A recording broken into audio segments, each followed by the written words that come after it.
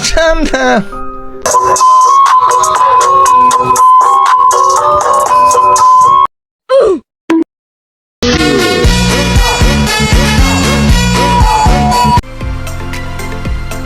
Anggaran keuangan adalah sebuah daftar lengkap berisi biaya-biaya perlu dikeluarkan perusahaan guna melaksanakan operasionalnya. Sementara itu, berdasarkan akuntansi, pengertian anggaran keuangan adalah sebuah estimasi biaya operasional perusahaan dalam jangka waktu tertentu yang wajib disusun dan dianalisis sebelum dikeluarkan. Bagi seorang pemimpin perusahaan, supervisor, manajer, direktur, dan seterusnya, mempelajari cara menyusun dan membaca anggaran keuangan adalah hal wajib. Tanpa memahami anggaran keuangan, pemimpin-pemimpin tersebut tidak akan bisa melaksanakan tugasnya dengan baik. Sebab penyusunan anggaran keuangan perusahaan termasuk proses planning yang wajib selesai sebelum operasional dimulai. Setelah membahas pengertian anggaran keuangan, selanjutnya kita akan membahas tentang manfaat anggaran keuangan. Adapun manfaat anggaran keuangan adalah sebagai berikut. Yang pertama, prediksi pengeluaran. Manfaat pertama anggaran keuangan adalah memprediksi pengeluaran perusahaan. Tanpa adanya anggaran, perusahaan tidak akan bisa memperkirakan biaya yang dibutuhkan untuk tetap menjalankan operasional. Akibatnya, pengeluaran perusahaan bisa jadi tidak terkontrol dan mudah dimanfaatkan oknum tidak bertanggung jawab. Kedua, dokumentasi arus kas perusahaan. Setiap perusahaan dengan pengelolaan profesional pasti memahami pentingnya menjaga stabilitas arus kas. Salah satu komponen penjaga stabilitas arus kas adalah anggaran keuangan. Saat sebuah divisi mengajukan anggaran kepada bantuan finansial, anggaran-anggaran tersebut umumnya akan langsung dimasukkan ke dalam kolom kredit atau arus kas agar pengeluarannya sesuai kepentingan perusahaan. Divisi keuangan juga akan mencoret biaya-biaya yang dianggap bukan prioritas di dalam anggaran. Ketiga, pedoman pelaksanaan operasional. Seperti yang sudah dijelaskan sebelumnya, anggaran keuangan adalah alat prediktor biaya operasional. Akan tetapi manfaat anggaran keuangan perusahaan dalam proses operasional tidak berhenti sampai di situ. Saat monitor aktivitas perusahaan, leader pelaksanaan umum membutuhkan anggaran keuangan guna memastikan timnya tidak menggunakan biaya di luar batas anggaran yang disetujui divisi keuangan. Dan yang keempat, perhitungan profit. Manfaat terakhir anggaran keuangan adalah sebagai dasar perhitungan profit perusahaan. Biaya-biaya dalam anggaran keuangan perusahaan normalnya akan dijumlahkan dan dibagi jumlah produk siap dijual. Setelah terbentuk nilai break-even point atau BEP, perusahaan dapat menentukan berapa margin profit ideal yang diinginkan perusahaan. Tipe-tipe anggaran keuangan. Setelah membahas pengertian anggaran keuangan, kali ini kita akan membahas beberapa tipe anggaran keuangan perusahaan paling umum dibutuhkan. Selengkapnya tentang tipe-tipe anggaran keuangan adalah sebagai berikut. Yang pertama, anggaran penjualan. Tipe paling umum anggaran keuangan adalah anggaran penjualan, meliputi rencana bahan-bahan baku produk disertai dengan kuantitas dan harganya. Bahan baku yang dimasukkan ke dalam anggaran penjualan wajib menyeluruh mulai dari komposisi produk sampai kemasan. 2. Anggaran produksi. Contoh anggaran keuangan paling umum berikutnya adalah anggaran produksi. Setelah anggaran bahan baku dibuat, leader bagian manufaktur wajib menyusun berapa banyak biaya dibutuhkan guna melaksanakan proses produksi. Biaya-biaya umum dimasukkan ke dalam anggaran produksi, misalnya biaya listrik, pelumas, alat sekali pakai, dan sebagainya. Yang ketiga, anggaran pemasaran. Tipe berikutnya, anggaran keuangan adalah anggaran divisi pemasaran. Umumnya, anggaran pemasaran nominalnya hampir setara atau bahkan melebihi biaya produksi atau penjualan karena memang berkaitan dengan branding perusahaan. Beberapa contoh anggaran keuangan pemasaran, misalnya sewa billboard, cetak bahan promosi, dan iklan. Yang keempat, anggaran operasional. Selama ini, banyak perusahaan menyatukan biaya operasional dengan anggaran produksi atau penjualan.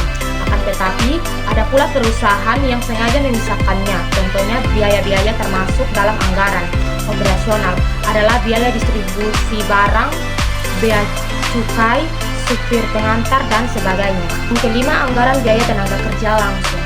Anggaran biaya tenaga kerja langsung atau BTKL adalah anggaran untuk menggaji karyawan secara rutin.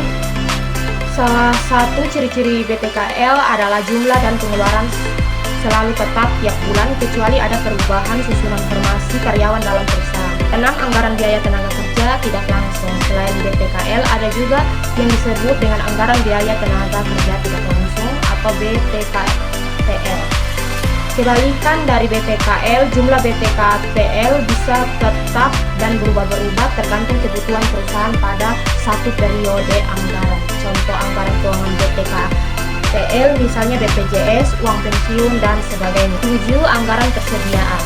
Menurut standar keuangan perusahaan, setiap aktivitas wajib didokumentasikan nominalnya, baik itu belum atau sudah dilakukan. Sebagai contoh, perusahaan memiliki sisa bahan baku tidak dapat dikembalikan ke supplier. Meski di awal sudah dianggarkan, sisa bahan baku tersebut wajib dibuatkan anggaran lagi yang disebut dengan anggaran persediaan. Dan anggaran penelitian dan pengembangan. Tipe ke-9 anggaran keuangan adalah anggaran untuk proses penelitian dan pengembangan. Anggaran ini terutama dibutuhkan perusahaan yang wajib memiliki dasar riset kuat, misalnya perusahaan obat, rekayasa genetik, transportasi, dan sebagainya. 10. Anggaran pertanggungjawaban. Selain sebelum proses operasional, anggaran juga wajib disusun setelah operasional sebagai bentuk tanggung jawab divisi. Sebutan untuk anggaran keuangan perusahaan ini adalah anggaran pertanggungjawaban. Si anggaran pertanggungjawaban meliputi seluruh biaya yang dikeluarkan saat proses operasional. Penyusunannya bisa dilakukan tiap divisi atau di koordinasi keuangan. 11. Anggaran perubahan aktivitas. Dalam ilmu akuntansi, setiap tahunnya aset-aset tak lancar perusahaan mengalami depresiasi. Oleh karena itu, perusahaan utamanya divisi keuangan wajib menyusun anggaran perubahan aktivitas atas depresiasi aset-aset tersebut. Contoh anggaran keuangan perubahan aktivitas, misalnya biaya depresiasi mesin, kendaraan bermotor, dan sebagainya. 12. Anggaran program khusus. Setiap perusahaan memiliki agenda-agenda tertentu yang membutuhkan biaya, misalnya agenda pelatihan, kunjungan kerja, atau dinas. Agenda-agenda ini wajib dibuat anggarannya oleh pihak administrasi dan umum atau SDM dan diajukan ke divisi keuangan untuk pencairan. 13. Anggaran laba atau rugi. Tipe berikutnya anggaran adalah anggaran laba atau rugi yang digunakan untuk memprediksi laba atau rugi perusahaan di masa depan, berbeda dengan tipe anggaran lainnya. Anggaran laba atau rugi wajib dimasukkan ke dalam laporan tahunan dan diketahui investor. 14. Ada anggaran neraca. Selain anggaran laba rugi, anggaran untuk pelaporan ke investor selanjutnya adalah anggaran neraca. Tipe anggaran satu ini berfungsi menunjukkan alokasi aset dan liabilitas perusahaan melalui anggaran neraca. Anda dapat melihat beberapa banyak aset usaha diraih oleh liabilitas dan menilai seberapa sehat kondisi keuangan perusahaan tersebut. Yang terakhir, anggaran posisi keuangan. Tipe terakhir anggaran keuangan adalah anggaran posisi keuangan. Anggaran ini merupakan penjelasan dari anggaran perubahan aktiva, laba atau rugi, serta neraca keuangan. Melalui anggaran posisi keuangan, perusahaan dapat menjelaskan dengan lebih detail alasan-alasan terjadinya biaya dan proyeksi profit ke depannya. Contoh anggaran keuangan perusahaan. Setelah membahas pengertian anggaran keuangan, manfaat dan tipe-tipenya, di bagian terakhir ini kita akan membahas contoh anggaran keuangan perusahaan yang dapat Anda tiru. Di bawah ini merupakan contoh anggaran keuangan bahan baku selama 6 bulan ke depan dari PT Suka Usaha Abadi. Untuk lebih detailnya, teman-teman bisa lihat di slide berikut.